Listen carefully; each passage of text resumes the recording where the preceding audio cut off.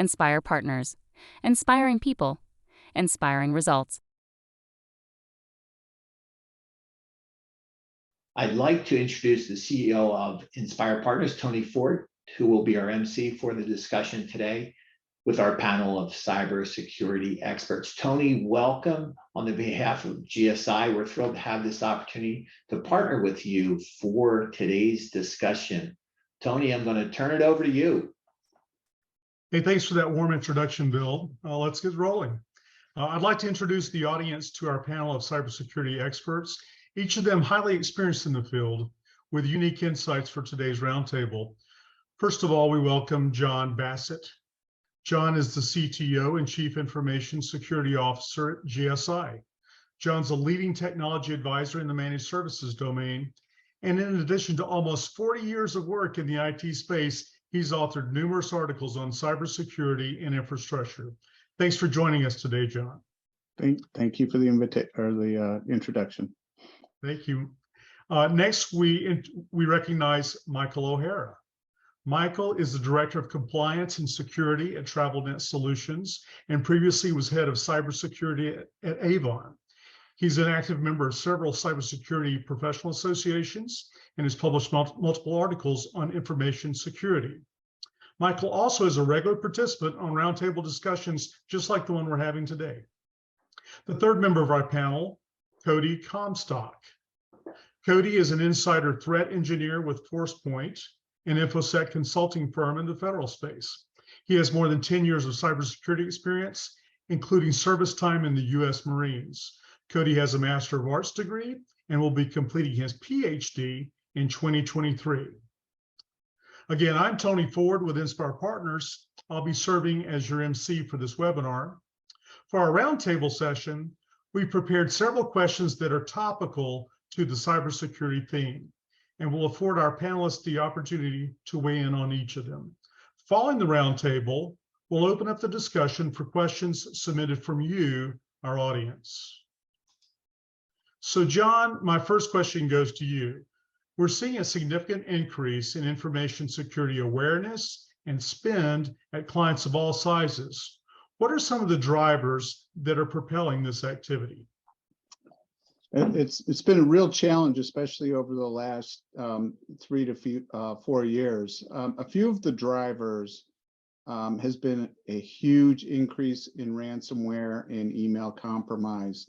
In fact, that is probably the largest threat to smaller businesses that maybe had not had a mature information security program. You know, for the hackers, it's much easier to trick a human being into clicking some kind of link than it is to break something like a 256-bit encryption key or to hack a software system, although that still occurs. COVID made that much worse. The reason why is because people started to work remotely from home, and many companies did not have the technology in place, and they were scrambling to secure those people that are working remotely. And that led to an increase in end user education through tools like KnowBe4 and in additional, technology spent. In addition, I'd say that the laws are getting tougher on entities, to protect themselves. Okay, good. I would say we actually had, shall we call it, a successful ransomware attack on Enspire Partners a few years ago. So we're living evidence that that's a real threat. Thanks, John, for your answer. Michael, do you have anything that you'd like to add on this question? Yeah, sure. Thanks.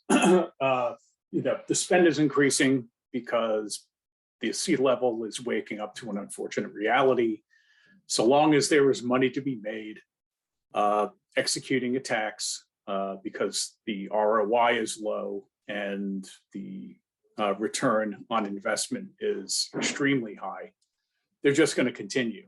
And a lot of companies, as John mentioned, haven't yet reached maturity where they can repel an attack and or react.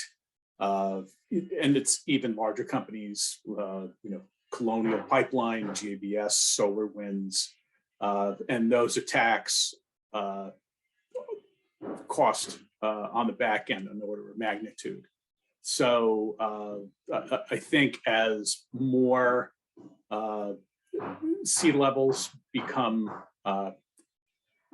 interested in this topic, it's practical and forward-thinking to engage with your cyber leadership to reassess what your risk appetite is, or create one, what existing gaps are, what would the business impact be of an incident, and what is the effort complexity to remediate it.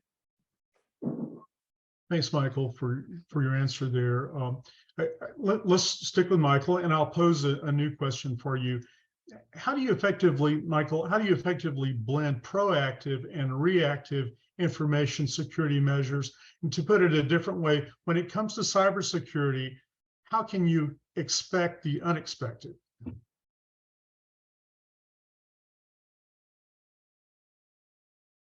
Oops, he's muted.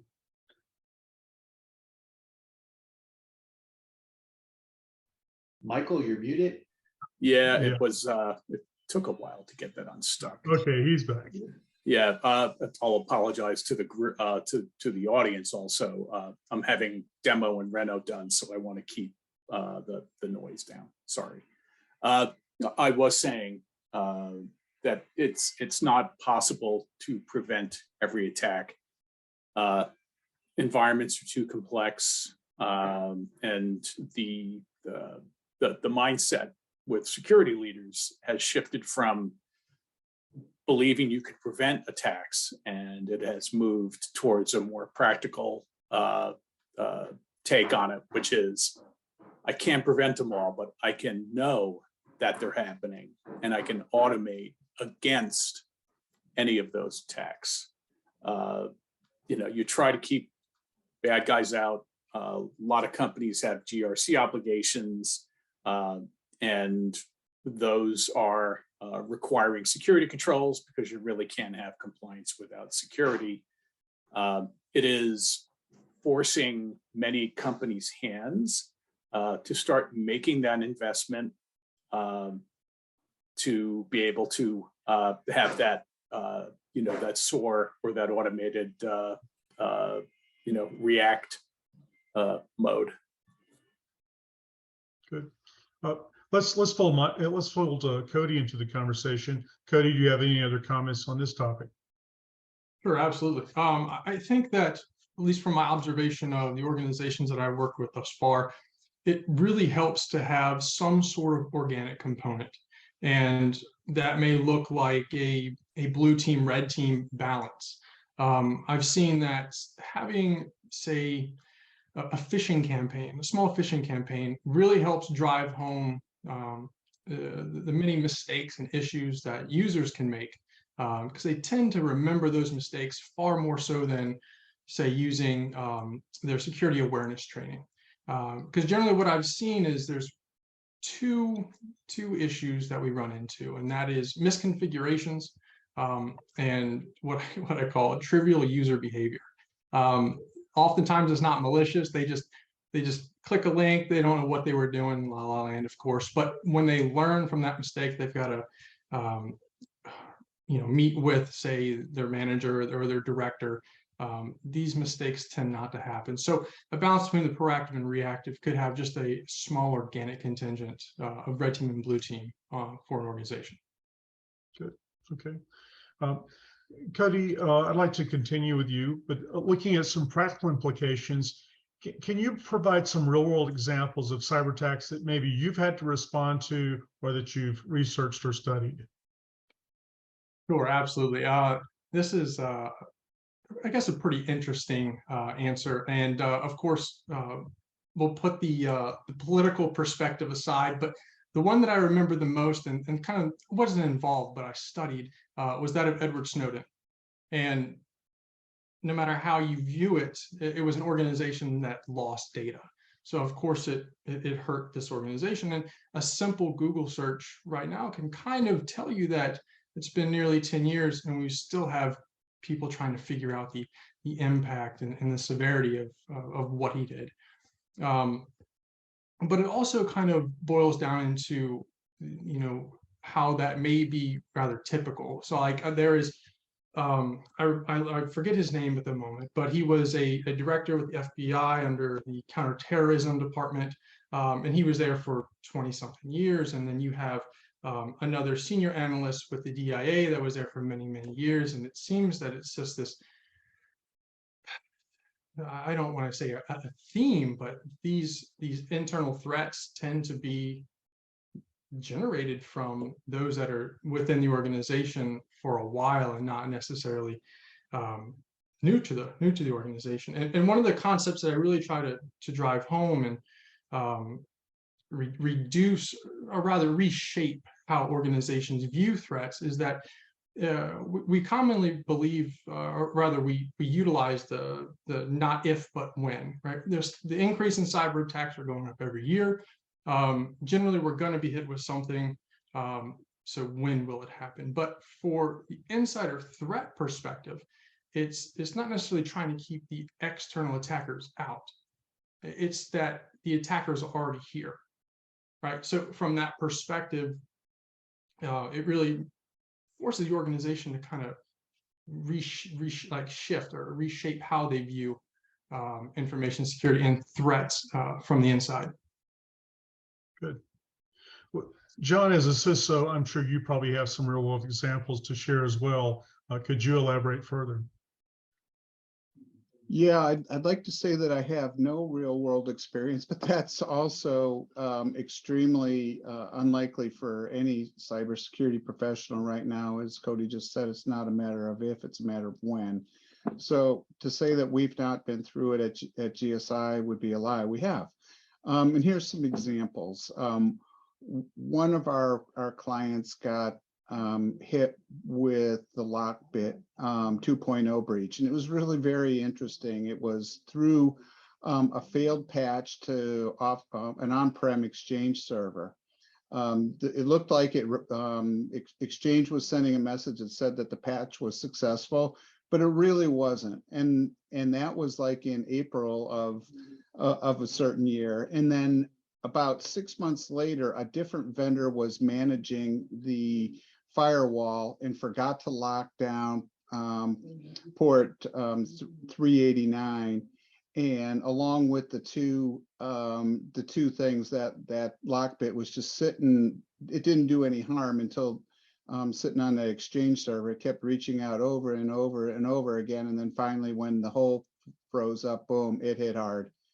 That one, fortunately, the cyber engineer was watching it. It was 4 o'clock in the morning, and he happened to catch it as it was occurring, and he air-gapped the system immediately and prevented it from destroying everything. We've also had some email hacks where some of our account executives and other people, CFO, received what looked like legitimate RFP requests from places that we've dealt with. Click on it, boom, there it is. Now, a lot of that was mitigated through conditional access. A lot of the hacking afterwards was trying to come in via Russia, North Korea, wherever it was. It wasn't where the person was supposed to be at. As a managed service provider, what we're seeing with our clients, I'd say the biggest one, and we have seen way too many of these, were VPN hacks. Every single one that I saw did not implement multi-factor authentication, and then they got hit hard. And in fact, it's one of the things I track is every one of our clients and what they're doing about their VPNs, because we need to make sure that they're secure. Our other clients are counting on that security. So we are working with them and finding out what their game plan is. Do I have time for a couple more? Or you? Sure, go ahead. Okay. We also participated in the Kaseya breach in July of 2021, which was a really nasty one. It's for like managed service providers. We didn't get hit, but one of our partners did. Where it's like a one-to-many. You have one managed service provider that has 1,000 customers, and the spread of that hack was very fast because of the one-to-many. That opened up a new world to the things, like Kaseya and other SolarWinds that had a similar hack for support service organizations. And then the final one, the real biggie, was the Log4j. Now GSI did have some custom development where we weren't using Log4j, but we had it installed on a couple of servers. Nobody was actually penetrated, but we had to mitigate the vulnerability. There was really nothing that happened to us, but we did make sure all of our clients knew that we did have code out there that we had removed. Good. So Good. there was a lot of examples, so hopefully that helps. Thanks. With these examples fresh in our minds, John, many in the audience are probably wondering what companies should be doing now to increase preparedness. You had mentioned a couple of areas of vulnerability.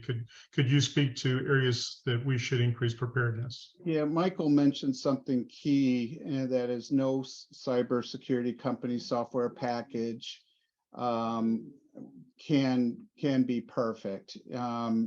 You have several people that say, will you guarantee that we won't get hit with a cybersecurity attack? I don't know how you can make that guarantee. You can say, I will do everything humanly possible and I will follow the NIST framework or the ISO framework and do everything possible, but the hackers are very aggressive, very intelligent, and they're going to get you some way, somehow, or could get you.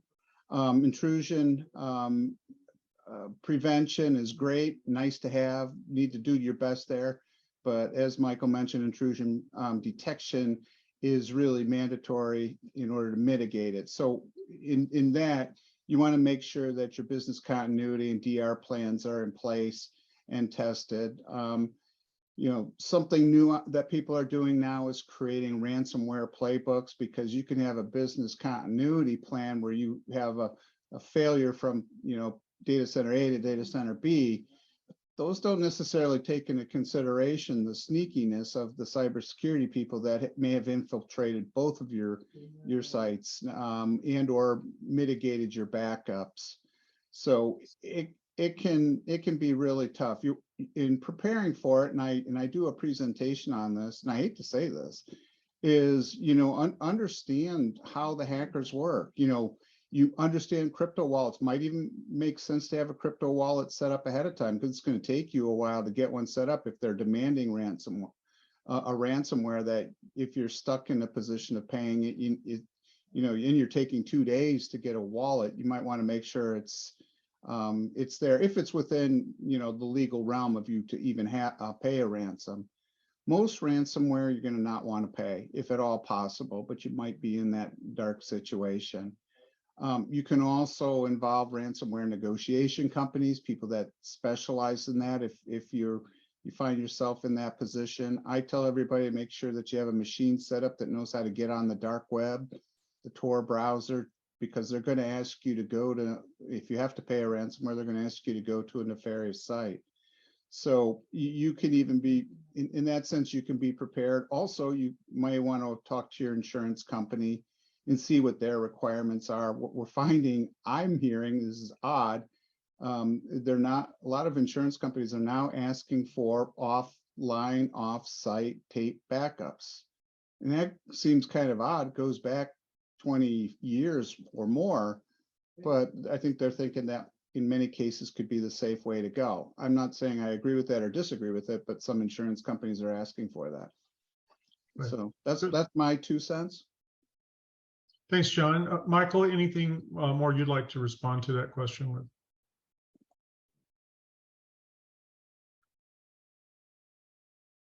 I would say you've got to have clarity around your maturity status. If you don't have something running monthly, I believe you're behind the 8 ball. You've also got to have a risk register.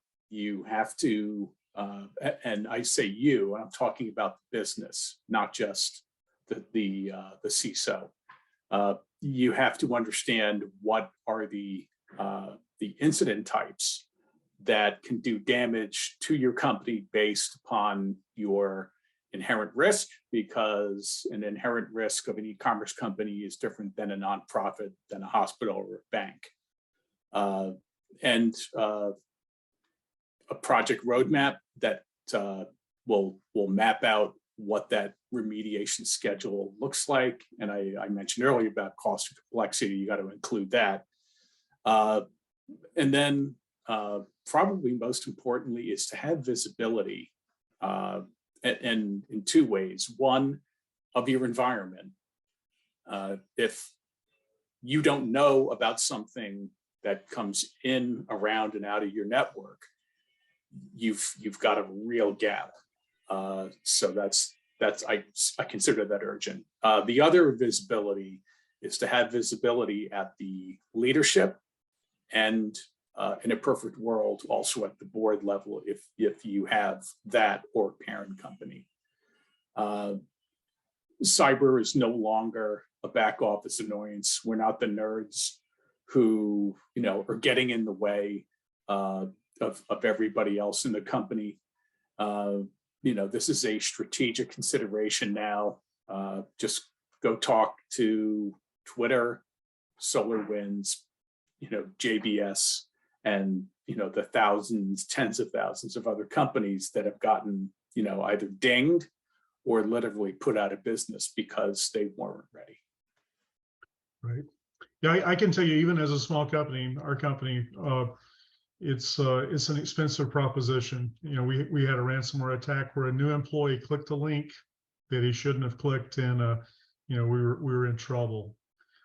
Michael, this talk of dealing with threats now, stories of how that we've dealt with them in the past. Let's reset just a bit and talk about the future. What do you regard as the next big thing in information security?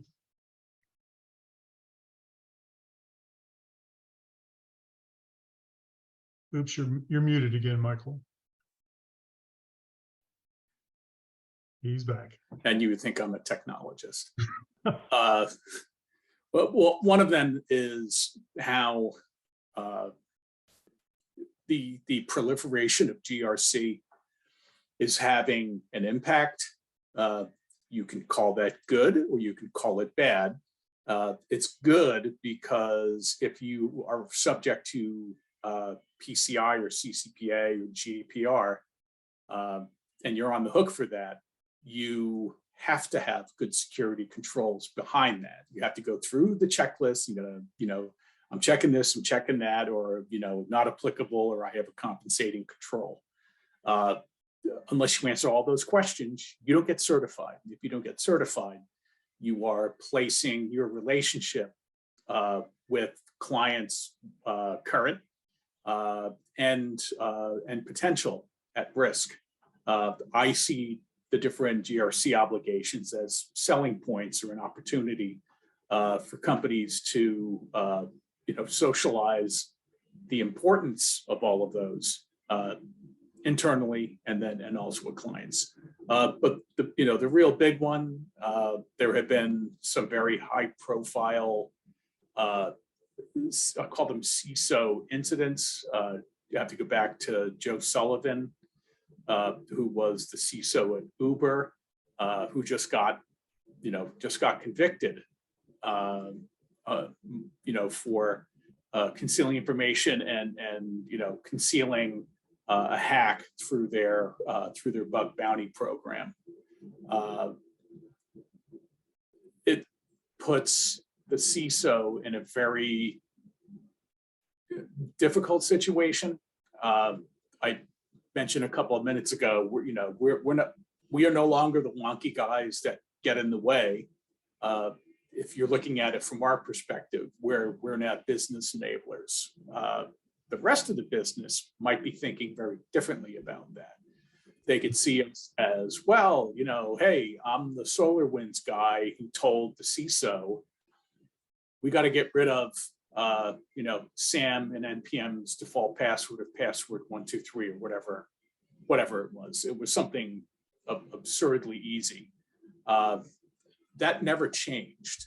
by the way. I don't know if it was the root cause, but it very well could have been.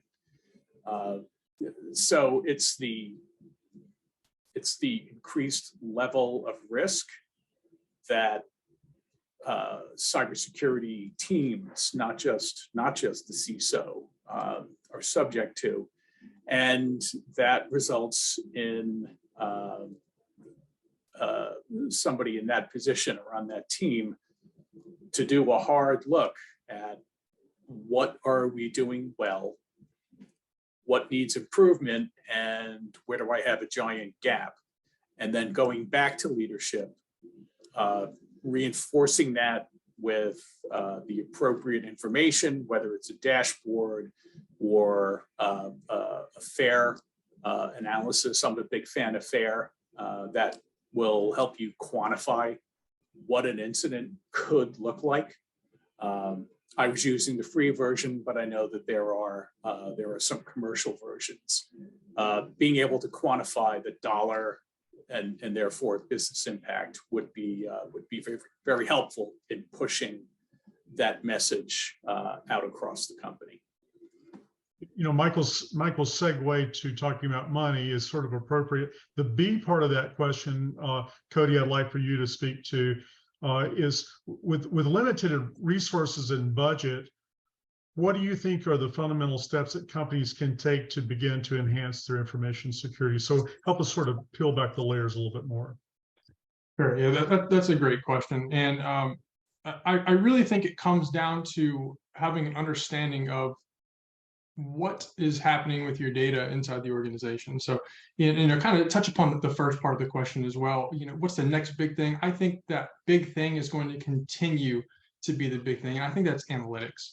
I think that organizations having the ability to incorporate some form of analytical component, as all of these products and applications and software are now kind of getting to the point where we can integrate together.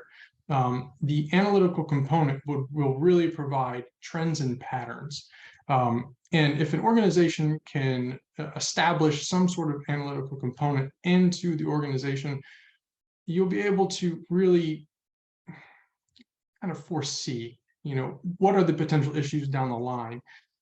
So for instance, you know, if we see that going across a particular piece of security product, we have an IP address trying to log in 10 times every hour, right? That may be something we really need to look at, and it's not a singular event, you know, whereas, you know, Bob out of accounting sends, you know, 5 emails a day plus or minus 2 for a margin of error, and then 2 weeks later, he's sending 25 emails a day that's maxing out email capacity, right? These things might be something we want to look at, and an analytical component paints the full picture. It really brings it into full view, so the organization really knows what's going on. So I think going forward, the analytical component is going to be one of the most important.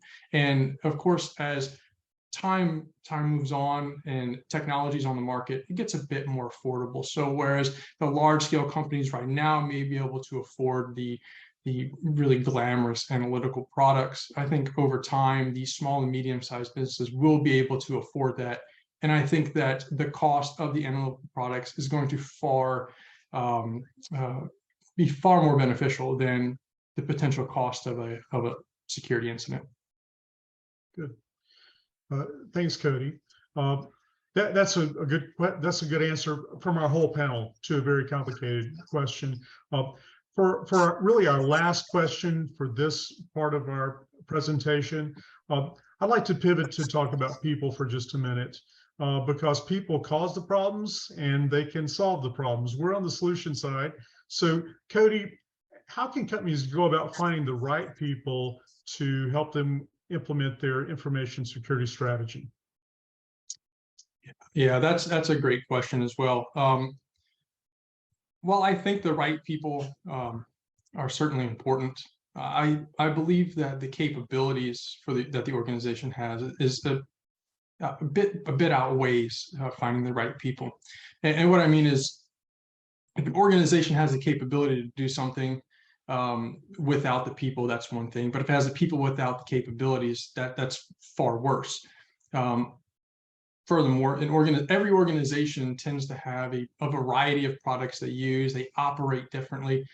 So I think having the right capabilities and then finding highly potential individuals to be able to mold and fit into the way the organization operates is a bit more beneficial than trying to find the right people, especially with all of these products. Technologies are very new. Something new is coming out all the time, and it may be very difficult to find an expert for that product. Whereas a general background and being able to put them into the slot of this is our suite of products within the organization, and molding them, shaping them to what the organization needs is a bit more significant and a bit more important than just finding the right people. Yeah, I'd like to piggyback on that just for a second. When you have cybersecurity openings, obviously think of Enspire Partners. But speaking to Cody's topic, right now we have 3 clients that are looking for cybersecurity people. The titles are almost all the same, but the underlying skill sets are quite different in each company. And a lot of that is tools related. So, they want a person hands-on with this particular tool, and they need general cybersecurity experience, but they want someone with specific experience with a given tool. I think to Cody's question, if finding the right person, maybe finding a person like Cody that could fit into a lot of different spaces in your organization, regardless of whether he has 3 years, let's say, with Microsoft Defender, which is one of our clients are very specific about their Azure environment. They need those kind of skills. So I will say, though, please think of Enspire Partners when you're looking for people. That's part of what we do. Obviously, GSI has strong cybersecurity consulting capabilities as well with people like John. John, as we wrap up the discussion, could you also speak to how let's talk about the other side, how people interested in moving into cybersecurity can go about obtaining the experience and the certifications that they need to be successful? Interestingly enough, I get that call, I'd say at least once a month, from somebody saying, how can I get into the cybersecurity? Can I do, younger people, can I do an internship with you on that? And I do like to start with an analogy. I like to think of the security business similar to like the aircraft mechanic business. Right now, for every aircraft mechanic that is out there, he probably can choose 7 or 8 different jobs. There's a lot of unfulfilled jobs because there are not enough mechanics. But you can't just take an automotive mechanic and say, okay, now we're going to start having you work on airplanes. You can't do that. You have to go to specific education on, for the most part, minimum of 2 years, and you have to be FAA certified. From there, you still may struggle to find a position because you don't have experience. So you may need to find yourself latching on to another professional to help you with that. The people that I talk to, I ask them, are you looking for more of a management role or a security engineer role? Because there's 2 different paths right there. Things like CISM, Cyber Information Security Manager, and CISO generally tend to be executive level, manager level positions that really shouldn't get involved with the day-to-day operations.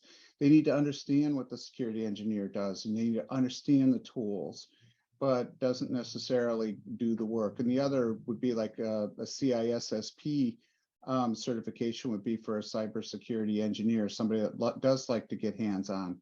Now, those are somewhat higher level certifications, give you an overall understanding. But you can go to places like Pluralsight and Udemy to get some online training. There's plenty of classes that you could go to face-to-face, but since the advent of the last couple of years, most people are looking for online. And then, of course, along with that is the associated certification. EC Council has a lot of both CISSP, CISO, and also pen testing education and training. For those that maybe want a more infrastructure background, you can look for like Azure, AWS, or OCI certifications. And those are really good jobs right now, good paying jobs. And there's a lot of places in the world right now to get mentoring with an experienced company. Good. I will add that we've actually created a white paper on this topic that sort of breaks down the different opportunities that exist in this space and some information about the prereqs that are necessary. And we'll send that bill to everyone who's registered for the webinar and anyone else that would like to have access to that. I'd like to wrap up this part of our discussion and say it's been an outstanding opportunity, and I appreciate the care and the time that our panelists have taken to respond to these questions. Bill, I understand we may have had a few more questions to pop up from the audience during the panel discussion, so I'll turn things over to Bill so that he can handle our QA time. Bill? Oops, muted. Guilty is charged. Thanks, Tony. Now we'll move into our Q&A session of our webcast. While I see we already have several questions submitted online, I would like to remind everyone that if you would like to submit a question, you can do so by clicking that Q&A button on the Zoom console bar, which you'll see either at the bottom or top of your screen. So again, if you'd like to submit a question, you can do so there. So with that, let's move into our questions from our participants. Our first question comes in from Javier, and the question is there a relative scale in which cyber attacks can be measured, specifically with regards to insider threat and external attackers? Anyone want to jump on that one? Yeah, that's actually a great question. So short answer is, coming from the insider threat perspective, short answer is no. I don't believe there is, and here's why I say that. So say you have a small to medium-sized organization, depending on the level of, or the value they associate with their data, if they were to be presented with a ransomware attack of $5 million, right? What would be reasonable to do for that small to medium-sized organization? So the information that may be captured from that ransomware attack, if it's released, it may or may not really damage their competitive advantage in that market, but the $5 million ransomware payment may be far out of reach. But if, say, I were Coca-Cola, that $5 million ransomware payment, to keep our secret ingredients off the market, which would be absolutely disastrous, would be quite an easy choice. So, as a scale, I don't think there is one. I think that there is a situational dependence for each organization, and they need to really evaluate the value of their data by, what it may cost. But no, I think it just depends on the organization. Thanks, Cody. Not sure if anyone else wants to add to that. Yeah, I'll chime in because I have had e-commerce experience. If you were talking about PII or PCI or PHI, if you're talking about losing any of those types of records, those do have sort of I'll say a ballpark per record cost. PII is like 170, 175. PCI can be upwards of 225, and PHI is like $250 or $300 for each individual record loss. So if you were looking, if you're in the unfortunate situation of having to quantify the magnitude of an event, you can, I would suggest going out to Google and looking up, per record cost, PII or PCI or PHI. I'm hoping that's not the case, but it goes to my earlier comment around illustrating business impact. if you can create that sort of a scenario, like, hey, I'm asking for us to spend X dollars on MFA, or I want web and malware filtering, because those were two entry points that I heard Cody and John mention. It's really to your benefit if you quantify what that damage could look like. If you know you got breached and you find out that it was 50 records, that's a little nip. If it's 500,000 records, that's a catastrophic event, because you've got the per average cost to do all the remediations. You have the black eye that will be affixed to the company as news of the breach gets out. And then you have the cost of all of the remediation that's required, fixing stuff that probably should have been fixed previously. Well, thanks, Mike and Cody, for your answers. And Javier, thanks for your question as well. Let's move to our next question. Our next question comes in from Lillian. And the question is, how many CISOs have had to make concessions due to legacy stacks? And if so, how does the quality and quantity, the elevated risk, if so, how does one qualify and quantify the elevated risk this presents? My apologies for that, but anyone like to give that one a shot? Yeah, sure. A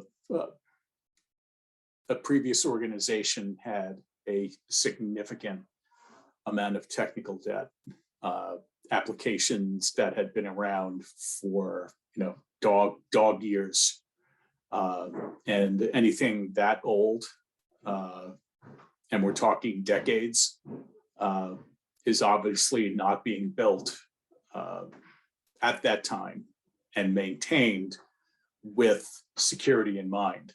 As code is being developed right now, there are great tools to do that whole shift left and find vulnerabilities and bugs and code smells early in the development cycle.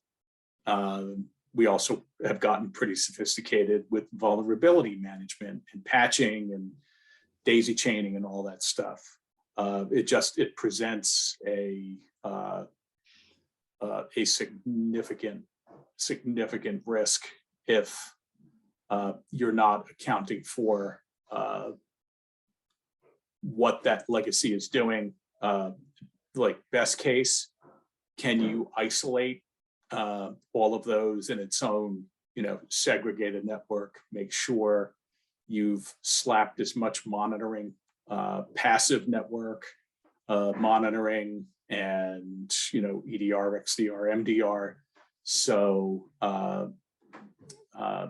you can see all of the activity. The one real problem in corporate networks, especially larger networks, is almost all of them are Active Directory driven.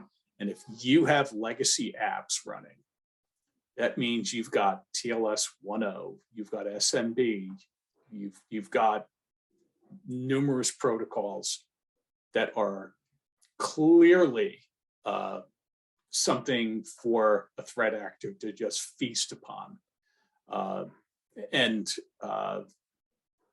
That all of those mitigations, segregation, and putting as much monitoring as possible, you still have an elevated level of risk. And again, try to communicate that with numbers if possible, like, hey, legacy financial application, it's got 10 million records that has PII in it, and it's not encrypted. If somebody gets into that, it's showtime. So just make sure that you are communicating what the risk is, what a possible business impact could be, and then, I guess, beg to upgrade those systems. And really what you're doing is you're informing the business, and you're also giving yourself, a lifeline. Well, thanks, Michael. Appreciate that. Would anyone else on our panel like to comment on Lillian's question? Okay, well, let's keep on going then. Thanks, Mike, and Lillian, thanks for your question. Our next question comes in from Vidya, and the question is, where can someone go to learn more about current attacks and trends? I can take that one. Thanks, John. All right, I can tell you what I do. First and foremost, I have in my browsers, I have a folder of what I call cybersecurity sites. So there's probably right now there's 20 of them. And not going to use these as the real example, like TOGAF, NIST framework, and all that. But if you're just looking for general information, my opinion is the first place to start is in the United States is CISA.gov, CISA.gov. There's a wealth of information there, and you can get signed up for their alerts so that current attacks, things that are happening today, will be in your inbox as soon as they're aware of it.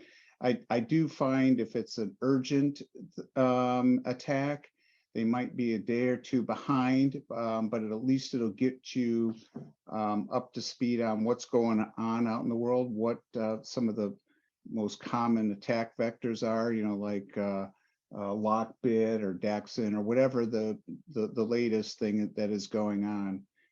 The FBI has good information as well. One that I've recently started using is a part of NIST. It's the National Cybersecurity Center of Excellence. Many of you may have heard of NIST. It would be www.nccoe.nist.gov. There's security guidance, there's approach, news, and insight.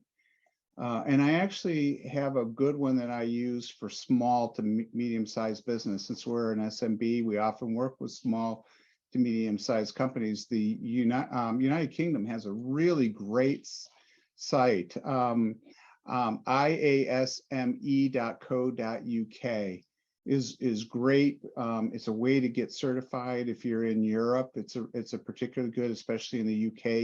Your businesses can get certified with it. The Civil Aviation Authority in the UK uses it.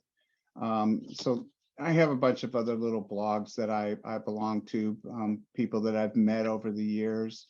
When I got my CISO certification, there's some LinkedIn group that I follow. Although what ends up happening in LinkedIn, unfortunately, is you join the group and many people use it as an aggressive sales opportunity. Can we talk? Can we get a meeting? Like, no, I'm just connecting with you so that we could share ideas and information. So that can be a little overwhelming, but there are still some good groups out there. Thanks, John. Cody, Mike, anything you'd like to add to John's comments? Yeah, actually, there's another really good site that I've really enjoyed looking at, and that is the Talos Intelligence by Cisco.